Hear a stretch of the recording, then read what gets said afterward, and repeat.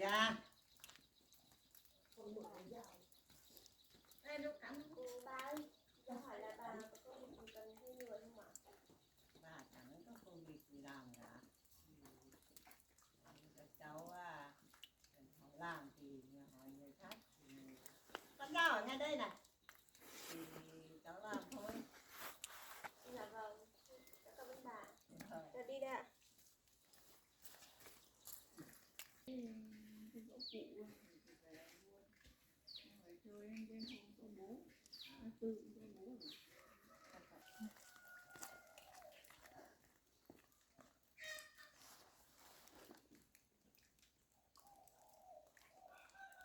Rào cái kia phải rào về tận chỗ bờ ao, nó không đi lại từ cái nhiều cái còn từ trên lên nó để xuống dưới này.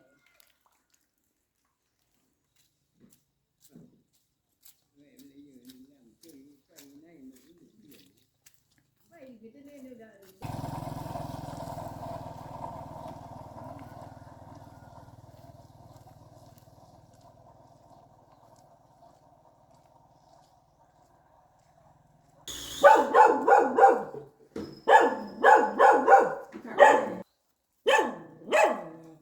Bà. Bà ơi, cháu hỏi là nếu bà có công việc gì cần thuê người làm không ạ? cháu hỏi thì bà chắc là không có gì đâu, không có gì làm, hồi này không có gì làm. Cháu ơi, sang bên kia đang cây sắn bên kia nhổ sắn nhỉ, đang đóng sắn nhổ sắn đấy. Dạ Cháu vâng. không biết đâu. Cảm ơn bà. Cháu đi ạ.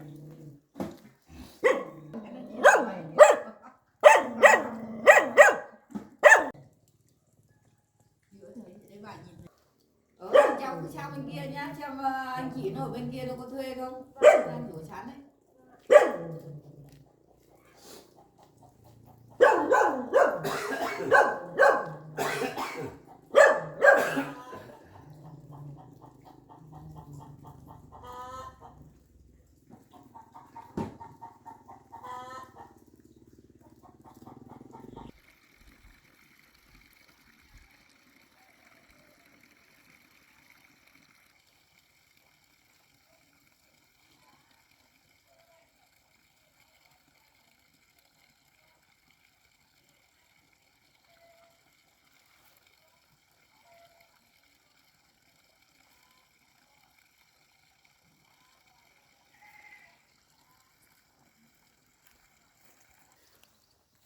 Hình như bà bảo là có người thuê nhổ sắn.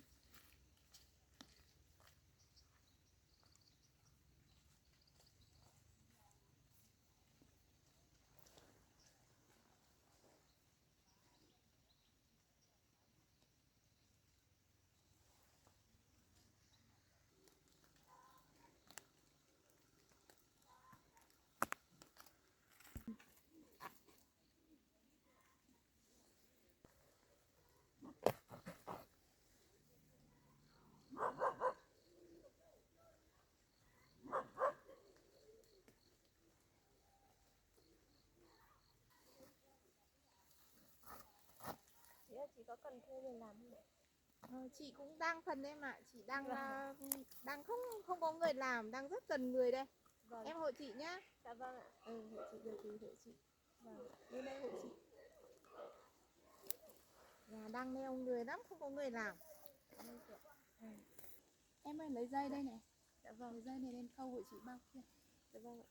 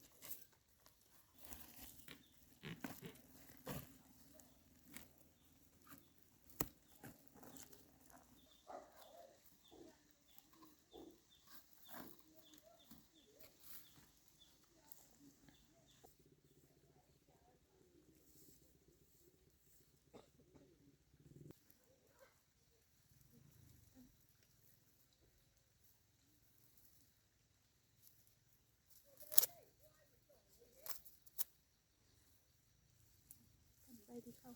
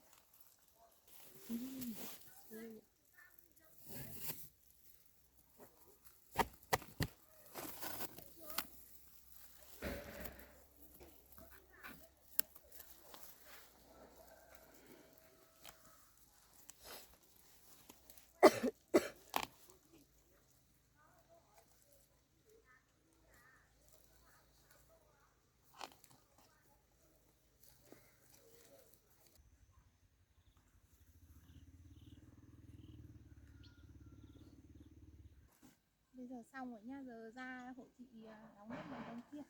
Rồi thì hai chị em mình ra đóng. Em cầm dây đi.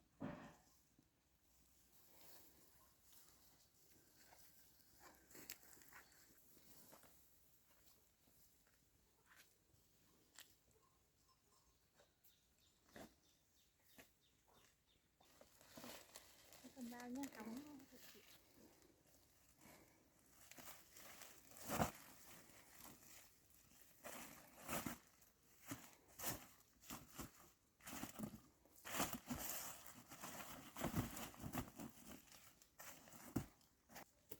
Đấy thưa xong lúc thấy chỉ bón có một tí phân thôi, bón tí phân đen thôi mà. Gốc to lắm.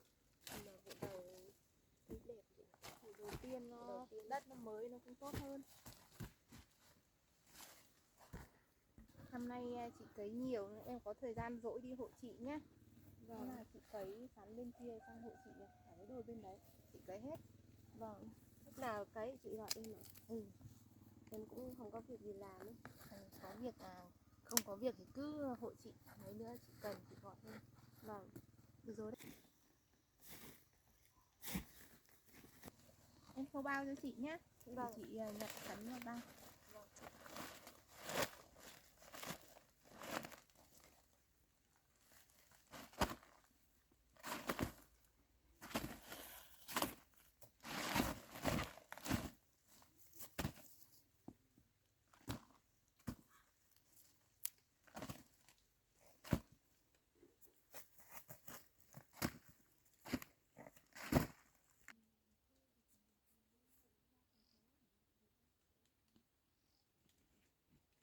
Hết rồi xuống đống dưới đóng.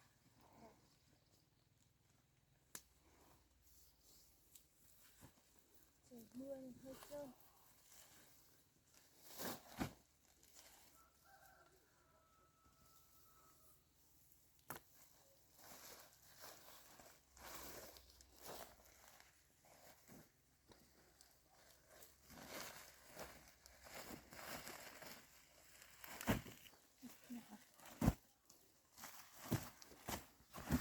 To quá chị. To nhỉ. Sắn rất tốt.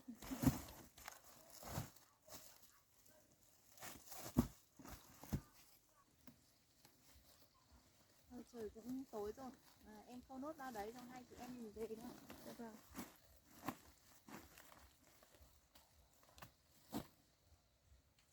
Để chị trả tiền công cho em nhé. Dạ vâng.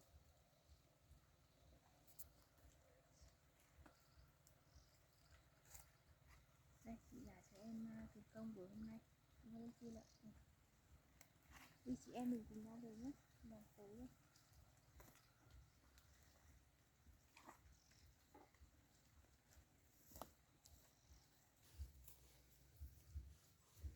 Bây giờ em về nhá.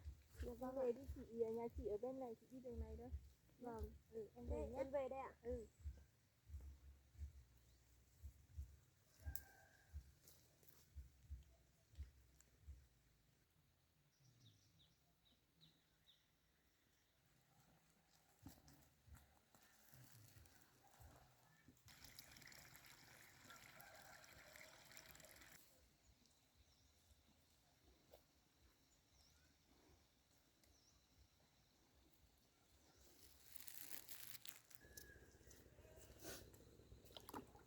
nay trời mưa đường bẩn quá.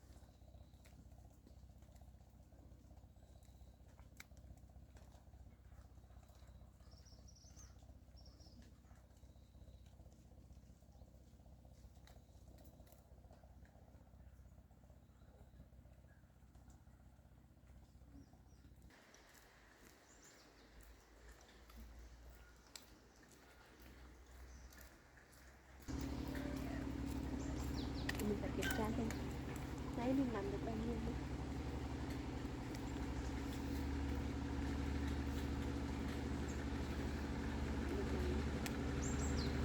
Tất nhiên là mình phải đi mua ăn thiết đã, hay là mình mua mấy cái này kia thì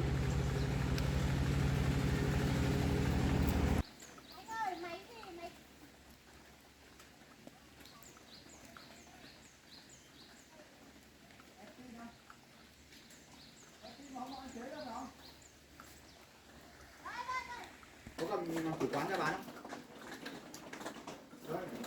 Tiếp à? Ra bán lại.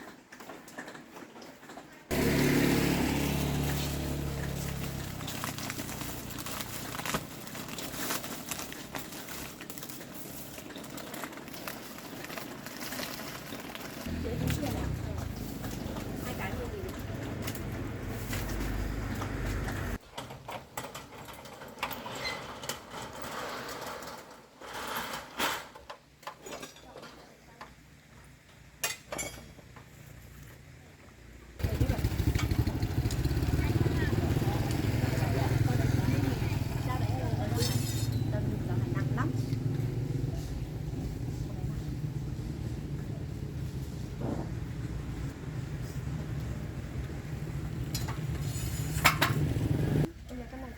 Con này 90.000.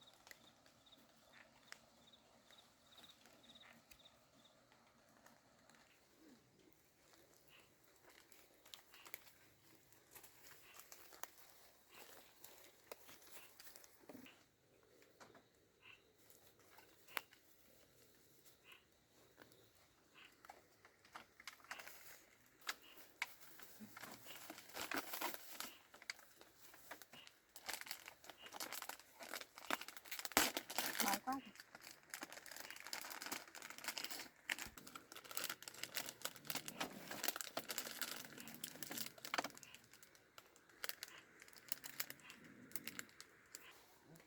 Đây đất nhà từ đây xuống dưới kia, vòng xuống dưới kia.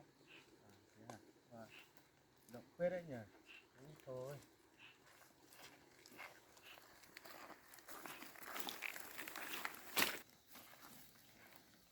Đấy đất ở nhà nó vòng đến dưới kia, thì dưới cái khe kia là của nhà hết, còn thì đây kia là của họ hết, vòng đến đây. Rộng nhỉ. Đất thôi. Đẹp phết đấy. Đấy cứ vòng theo khe lên là của nhà hết.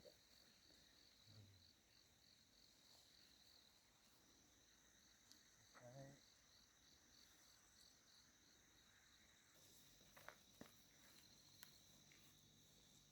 Thế cái lán kia vẫn là của nhà chứ hay là của họ? Cũng là của nhà hết. Đấy là của nhà hết. Thế mình đi vào lán nhỉ? Có gì đi, mình đi vào lán xem. được.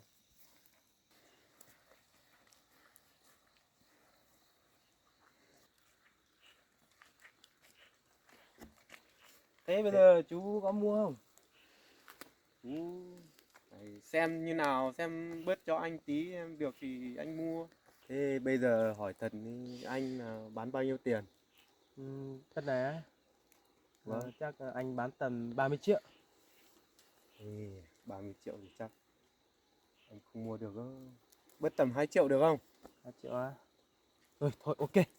Anh em mình đấy, đất này anh có sổ đàng Để xem hoàng. sổ nào. Đấy. Anh xem sổ đây xem.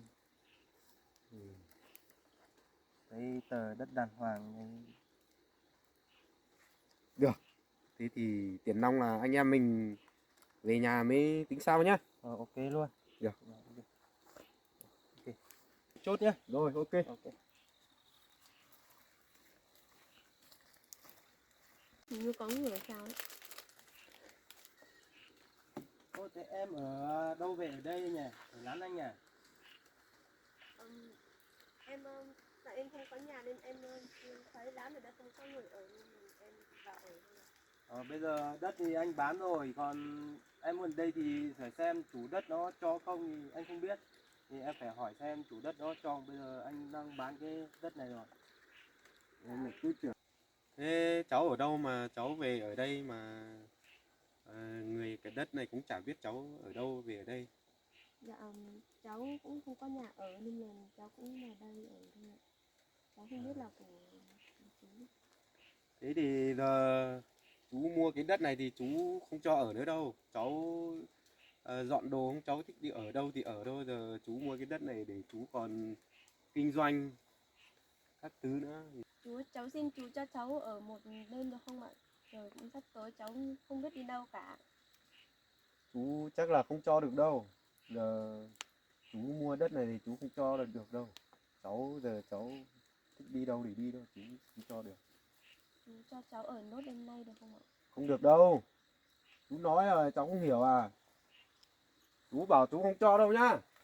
Dạ chú ơi, cháu xin chú cho cháu ở một Chú đêm. không cho đâu. Cháu thích đi đâu đi đây. Chú ơi, cho cháu ở một đêm nữa không Không ạ? được đâu, đất này chú mua rồi.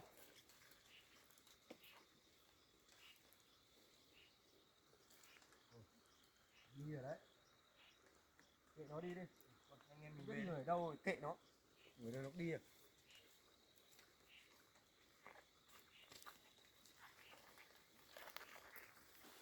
Đấy, giờ này lán này xong rồi thì bây giờ tình hình là mình ok rồi đấy nhỉ? Ok rồi, bây giờ thì thằng em kia đi rồi thì ok đấy. Thì mình về đi. Rồi, được rồi.